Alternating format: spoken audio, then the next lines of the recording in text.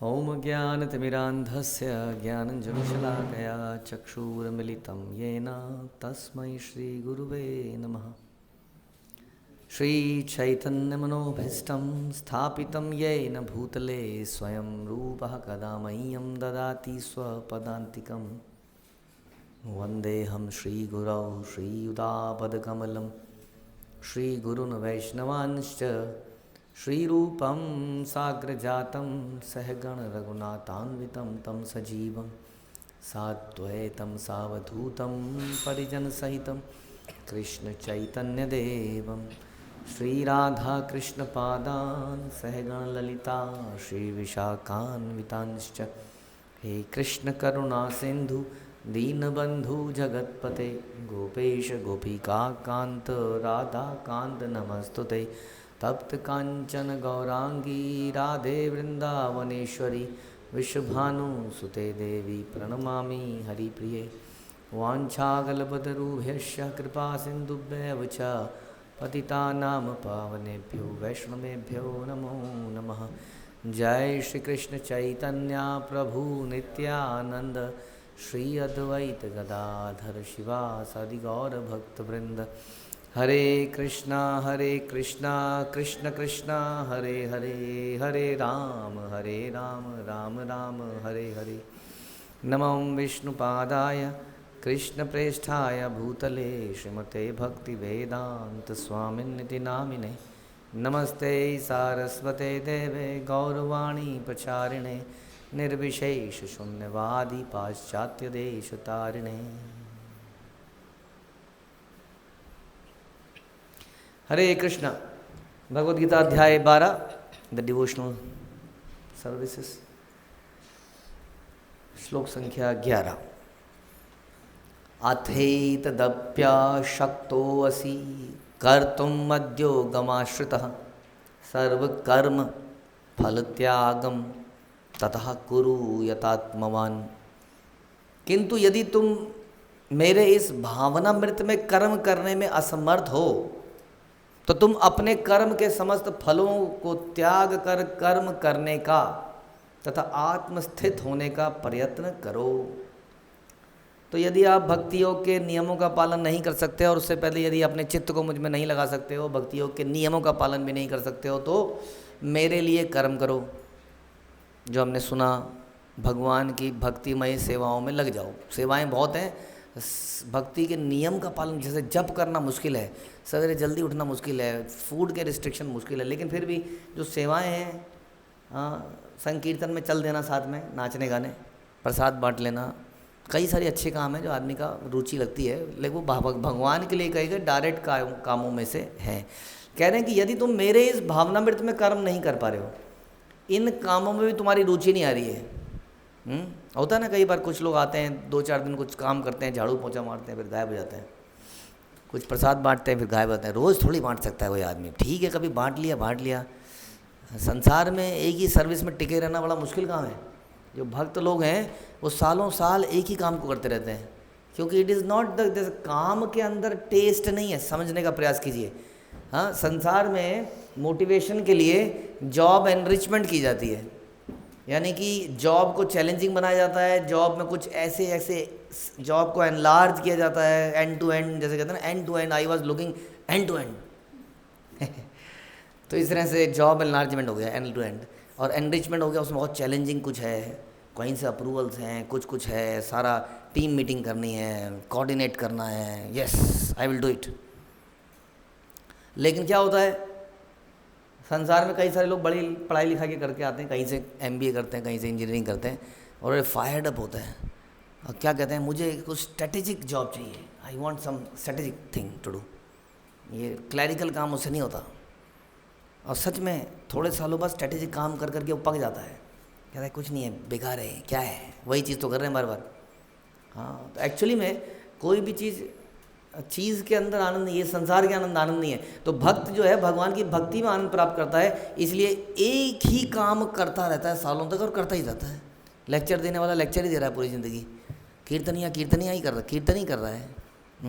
और पुजारी जी पुजारी सर्विस में है, हमारे कितने ऐसे हैं जो पुजारी पूरी ज़िंदगी निकल गई उनकी पुजारी सर्विसेज में, बट वो बोर नहीं हो रहे हैं। क्यों नहीं बोर हो रहे हैं? क्योंकि उनको स्पिरिचुअल रस जो है ना, वो रस मिल रहा है, उस काम में आनंद नहीं है। ध्यान रखिए। हाँ, ऐसा लगता है कभी कीर्तन रस, कीर्तन टीम में रहेंगे तो ज़िंदगी पर रस रहेगा। नहीं नहीं, कोई रस नहीं रहेगा। हमने देखे कई सारी कीर्तनियाँ फिल्मी गाने सुन रहे हैं बैठ के अकेले में। हाँ, वो म्यूज़िक के गहराइयों में इतना डूब गए कि म्यूज़िक ही उन्हें खींच के ले गया। क्यों? क्योंकि वो भगवान की तरफ नहीं गए ना, उनको लगा म्यूज़िक में कुछ रस है। कुछ लोगों को लगा नशे में कुछ रस है, इसलिए वो नशे से भगवान को ढूंढ रहे थे, भगवान को नहीं ढूंढ रहे थे वो। तो इस प्रकार से आनंद की खोज हर कोई कर रहा है, लेकिन आनंद इस संसार की वस्तुओं में नहीं है। आनंद वास्तव में भगवान में है, भगवान की भक्ति में है। इसलिए लेकिन कई लोगों का ज्ञान के चक्षु इतने खुले नहीं है कि इस बात को समझ पाएँ। वो सोचते हैं कि ये फालतू की बात कर रहे हैं, इनकी ज़िंदगी बर्बाद होगी, हमारी भी बर्बाद करना चाहते हैं। हमारे लाख समझाने के बाद भी वो मानते नहीं हैं।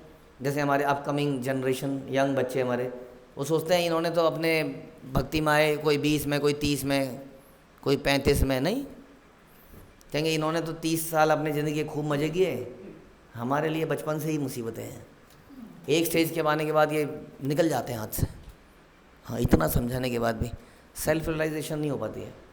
इस बात को रियलाइज़ नहीं कर पाते कि सुख कहाँ पर है, और वो उसमें डाउट हो जाता है, उन्हें संशय हो जाता है।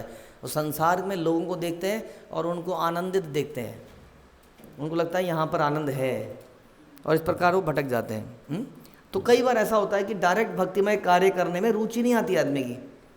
वो एक आध दिन तो कर लेगा, लेकिन हाँ, उसकी रुचि अभी भी उन्हीं भौतिक कार्यों में है, क्योंकि मोड ऑफ पैशन में जो हम चर्चा कर रहे थे, रजोगुण में है। रजोगुण के कारण उसको कुछ करना है, और करना भी क्या है, ये भक्तिमय कार्यों में कुछ नाम शोहरत ज़्यादा नहीं मिल रही है, या कुछ फीलिंग ऑफ अकम्पलिशमेंट नहीं है। कुछ भी प्राप्त कर देते हैं तो कोई पीछे से आता है, अबे तूने थोड़ी किया, गुरु ने किया है, ले बेड़ा गर्क, इतनी मेहनत करी, गुरु ने किया। हाँ, प्रभुपाद की मर्जी से हुआ, भगवान की कृपा से हुआ, तुम करता नहीं हो, करता अमिति मन्यते अहंकारी। हाँ, यहाँ पे सब बेकार करते हैं। संसार में क्या होता है, yes you did it, yes, और लोग उसको उड़ा देंगे हवा में, मैनेजर, बॉस, ये वो, सर, घर वाले चढ़ा देंगे, तूने ये पास कर लिया, वो पास कर लिया। हाँ, भक्ति अगले लोगों के पास जाएंगे तो कहेंगे क्या हो गया, जन्म मृत्यु से पास हुआ क्या, और सब फुस। तो कई बार आदमी भक्तिमय कार्यों में नहीं रुचि पाला, लेकिन आउट ऑफ रजोगुण कार्य करने का मन तो उसका है, भक्ति के विधि विधान तो बिल्कुल नहीं करेगा, भक्तिमय कार्य भी नहीं कर पाता, तो वो क्या करे? प्रभुपाद कह रहे हैं प्रैक्टिकल थिंग, कि कुछ करे लेकिन अपने लिए ना करे, दूसरों के लिए करो। समझ में आया? क्या क्या कर सकता है वो दूसरों के लिए, बताइए, बोलिए। फिर वही प्रसाद बना सकता है, ये भक्तिमय कार्य है। ये इससे पिछले श्लोक का था। इस श्लोक में क्या करेगा वो? डोनर से मिलवाना, अगेन भक्तिमय कार्य हो गया। प्रभु कंबल बांट सकता है, प्याऊ लगा सकता है, अनाथालय में दे सकता है, हॉस्पिटल बनवा सकता है, शादी करा सकता है, बच्चों को पढ़ा सकता है फ्री में, कहीं पाठशाला खोल सकता है फ्री में, अनाथालय में कर सकता है, वीडियो रिकॉर्ड, काहे की वीडियो भक्तों की नहीं, कुछ और गरीबी की वीडियो रिकॉर्ड करे, कहीं लोगों को जागरूक करे, देखो कितनी गरीबी है। जैसे विदेशी लोग आते हैं ना, झोपड़ियों की बनाते हैं, टॉयलेट बनवा सकता है, स्वच्छ भारत, यस, पेड़ पौधे लगा सकता है, ग्रीन एनवायरनमेंट, जीवों पर दया, कुत्तों को खाना खिला सकता है, कबूतरों को खाना खिला सकता है, चींटियों को खाना खिला सकता है। तो ये सारे कार्य हैं, मतलब अपने लिए ना करे, वो कुछ और करे। लेकिन भक्तिमय कार्य का ना एग्जाम्पल मत लेना, आप वो इससे पिछले वाले में चला जाएगा। यहाँ कह रहे हैं किंतु यदि तुम मेरे इस भावनामृत में, मेरे भावनामृत में मतलब कृष्ण के भावनामृत में कार्य नहीं कर सकते, वो वाले कार्य आपको रुचिकर नहीं लग रहे हैं। हाँ, क्योंकि एक्चुअली मैं ना वैरायटी भी, तो 3 घंटे मैंने घर में अपने लोगों को बुलाया, इस्कॉन के भक्तों को, कि मेरे घर में कुछ करेंगे कीर्तन या कुछ होगा रंग प्रोग्राम। 3 घंटे तक केवल हरे हरे कृष्णा बस। हाँ, और किसी और को बुलाते तो क्या क्या नहीं गा देते हो, मेरे बांके बिहारी लाल और ये और वो, 1000 गाने गा देते नहीं। तो इसलिए उनका रुचि नहीं आ रही है इस तरफ को। तो प्रभुपाद कह रहे हैं they should do something for others. और इस प्रकार से वो अपने तन मन धन को वो भी लगाए, भगवान की सेवा में नहीं लगा पा रहे लेकिन लगाए। कह रहे हैं ये बड़ा ज़रूरी है, क्योंकि सबसे बड़ी समस्या ये है कि हम लोग ये सोच रहे हैं कि I am the centre, I am the enjoyer, मुझे ही जीना है, मुझे ही खाना है, मुझे मैं और मेरा, बस। इससे तो बाहर निकलेगा, कम से कम दुनिया के बारे में तो सोचेगा, हाँ, समाज के बारे में सोचेगा, कुत्तों के बारे में सोचेगा, बिल्लियों के बारे में सोचेगा, लोगों के बारे में सोचेगा, देश के बारे में सोचेगा, कुछ तो सोचेगा। और इस प्रकार से उसकी कॉन्शियसनेस धीरे धीरे अपलिफ्ट होगी, वो गिव अप करेगा। प्रभुपाद कह रहे हैं अपनी हार्ड अर्नड मनी को देगा। वेरी इंपॉर्टेंट कि हम दान करें। देखिए बता रहे हैं भक्त ना हो तो भी बता रहे हैं दान करना चाहिए। दान करने से आपके अंदर धीरे धीरे ये एक फीलिंग आएगी, बिलोंगिंगनेस, यस मेरी कुछ जिम्मेदारी भी है, हाँ, केवल अपने ही प्रति नहीं है, दूसरों के प्रति भी मेरी जिम्मेदारी है, राइट। और अगेन फिर वो अपना समय लगाएगा, अपनी बुद्धि लगाएगा, तन मन धन गाढ़ा पैसा जो कमाया है उसको लगाएगा, और इस प्रकार से उसके अंदर धीरे धीरे वैराग्य भी आएगा, अटैचमेंट भी कम होगी उसकी। Very difficult. अभी जो विदेशों में हमें एक बार बता रहे थे कि क्रिश्चियन कम्युनिटी में वहाँ पर ऐसा रूल है कि कंपनी से एक TDS हो जाता है, kind of tax deducted source, 10%, हाँ, फॉर चर्च 10%, जो कि हम 10 साल बीतने के बाद भी नहीं दे पाते, हाँ, वो सैलरी से ही कट है। तो क्या हो गया इससे फ़ायदा? उनकी अटैचमेंट ही नहीं है। जैसे कि हमारा टैक्स कितना कटता है लोगों का दुनिया में, उतना दान नहीं देता आदमी कोई भी जितना टैक्स कट जाता है, लेकिन वो संतुष्ट है ना।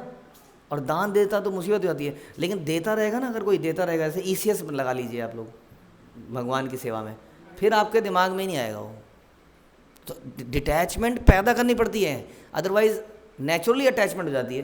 क्यों? हमने समय लगाया है, दिमाग लगाया है उसको कमाने के लिए, कैसे दे दें इसको, बड़ा मुश्किल काम है देना। तो प्रभुपाद कह रहे हैं, तभी कहते हैं दान तब यज्ञ कभी बंद नहीं करना चाहिए। इस प्रकार से ये मनुष्य को शुद्ध करता है। This is not like Krishna भावनामृत। कृष्ण भावनामृत का कार्य तो सीधा आदमी को उठा के ऊपर ले जाता है, भगवत धाम की तरफ चल देता है वो।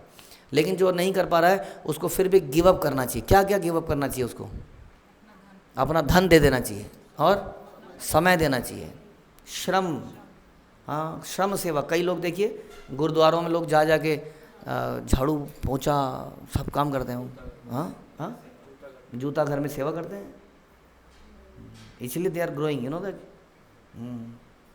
What ever way growth. हाँ, ये ज़रूरी चीज़ है। समाज भी इससे थोड़ा खूबसूरत बनता है, वरना हर कोई अपने बारे में सोचेगा तो कैसे काम चलेगा बताइए। समाज भी खूबसूरत बनता है। और उसी के अगला स्टेप होगा यदि वो ये समझ ले कि ये करना क्यों है और किसके लिए करना है, जो थोड़ा सा और उसके अंदर बुद्धि का डेवलपमेंट होगा। फिर उसके बाद भगवान देंगे ना बुद्धि, धीरे धीरे फिर उसको बुद्धि देंगे कि ज़रा सोच कि तू दे तो रहा है, हर साल तू कंबल देता है, हर साल नए पता नहीं कहाँ से आ जाते हैं भिखारी, ख़त्म नहीं हो रहे हैं। क्या कारण है संसार में दुख का? हाँ, कितनी मेहनत कर ली लेकिन दुख ख़त्म नहीं हो रहा है। दुख रोएगा वो, रोना आना बड़ी अच्छी बात है। उसको पता नहीं है कि दुख दूर कैसे होगा, वो दे रहा है अपना जो भी दे पाए। भगवान उसको धीरे धीरे कैंडिडेट बना देंगे नेक्स्ट, क्योंकि उसने दिया है, इसलिए देना इतना इंपॉर्टेंट है। और फिर धीरे धीरे वो समझेगा कि मुझे किसके लिए करना चाहिए, कौन है, दुख का कारण क्या है, भगवान कौन है। और फिर धीरे धीरे यही सारे कार्य वो भगवान के लिए करेगा और बड़ा आसान हो जाएगा उसके लिए। और फिर वो तुरंत ना एलिवेटेड स्टेज में आ जाएगा। हरे कृष्णा। श्रील प्रभुपाद की जय। भगवद गीता की